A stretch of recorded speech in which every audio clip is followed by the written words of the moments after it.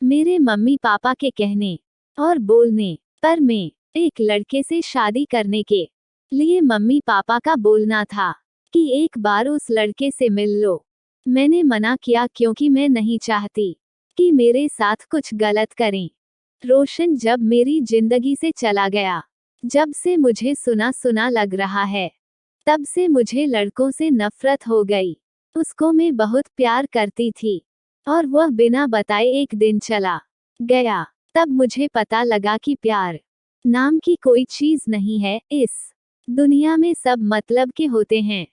जब से वह गया मेरी जिंदगी अधूरी सी हो गई, किसी चीज में जी नहीं लगता है, खाना पीना भी दुश्वार हो गया। तब मुझे महसूस हुआ कि क्या होता है प्यार। अब मेरी लाइफ में क्या होगा आगे ये सोचकर मैं घबरा रही हूँ। इसलिए आज मैं मेरे मम्मी पापा के कहने पर मैं तैयार हो गई एक लड़के से शादी करने को। पापा का कहना था कि एक बार उस लड़के से मिल ले। मैंने मना किया देखने के लिए, क्योंकि जिसके इतने सालों से साथ रही उसको ना पहचान पाए तो क्या करूंगी मैं देखकर। अब तो एक छोटी सी मुलाकात में एक अजनबी को क्या पहचान पाऊंगी। लेकिन वह लड़का भी मुझसे मिलना चाह रहा था। मैं भी हामी भर दी। कहाँ मिल जाते हैं। मैं तुम्हें सच कहूँ तो मुझे किसी भी बात से कोई फर्क नहीं पड़ रहा था। हमारा मिलना तय हुआ। मम्मी पापा भी चाहते थे कि तू अकेले ही जा उस लड़के से मिलने को, क्योंकि तू अच्छे से जान पाएगी। मैं मिलने के लिए गई। हम दोनों एक जगह पर मिले। मैं वहां मिलने को बैठी थी। मैंने देखा तो वो मेरे लिए वहां बैठे इंतजार कर रहा था। मुझे देखते ही वह मेरे पास आया और मेरा नाम पूछता है। मैंने अपना नाम बताया और मैं सामने जाकर बैठ गई। उसके आंखों में अलग ही चमक थी, लेकिन मैं इस चमक को जानती थी। ये हर लड़का दिखाता है। पहली मुलाकात में रौनक मुझे छोड़ के गया, लेकिन मुझे जिंदगी का बहुत बड़ा सबक मुझे सिखा के गया। वह लड़का मेरा मुंह उतरा हुआ देखकर मुझसे पूछता है कि क्या हुआ, सब ठीक तो है ना। मैंने कहा कुछ नहीं, मेरी तबीयत थोड़ी ठीक नहीं है। वह कहता है कि तबीयत खराब थी तो तुम कल मिलने आ जाते। बात तो वह अच्छी कह रहा है, लेकिन अच्छी बातें जल्दी बदल जाती कोई कह ही नहीं सकता। लड़कों का अंदाज मुझे अच्छी तरह पता था। फिर अचानक उसको फोन आया और जब फोन पर उसने बात की तो मैंने तय कर लिया कि अब मैं इससे शादी नहीं करूंगी।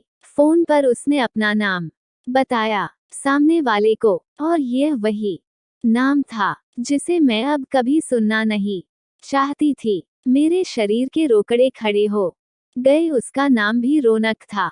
मैं भी हैरान थी। मैं इतनी ज्यादा खोई हुई थी कि अभी तक मैंने उसका नाम नहीं पूछा, ना पापा मम्मी से ना ही उससे। मैं एकदम से खड़ी हो गई और उसको बोली कि मैं जा रही हूँ, मेरी तबीयत ज्यादा खराब है। वो जैसे घबरा गया। मुझसे बोलता है कि मैं छोड़ देता हूँ आपको गाड़ी से, पर मुझे अब उसके मुंह से कही हर बात कांटे की तरह चुभ रही थी। उसको बिना जवाब दिए मैं वहां से चली जा रही थी। वो मेरे पीछे पीछे आ रहा था। मेरी आंखों से अब आंसू टपकने लगे और मैं बस का इंतजार करने लगी। आंखों में मेरे आंसू देखकर उसने मेरा हाथ पकड़ मुझे गाड़ी में बैठने को कहा।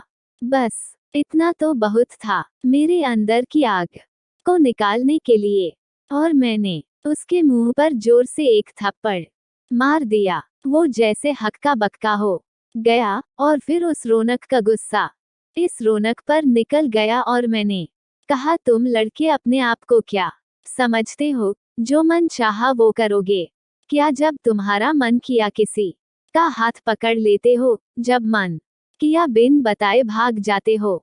और वो मुझे चुपचाप खड़ा देखता रहा।